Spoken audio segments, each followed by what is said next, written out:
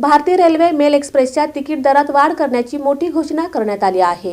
भारतीय रेल्वेने मेल एक्सप्रेसच्या तिकिटांच्या दरात वाढ करण्याची मोठी घोषणा केली आहे। रेल्वेकडून ही भाडेवाढ 26 डिसेंबर 2025 पासून लागू केली जाणार आहे। विशेषतः रेल्वेने लांब पल्ल्याचा प्रवास करणाऱ्या प्रवाशांना आता प्रवासासाठी जास्त पैसे खर्च करावे लागणार आहेत। रेल्वेने 26 डिसेंबर 2025 पासून लागू होणाऱ्या नवीन भाडे रचनेची घोषणा केली आहे।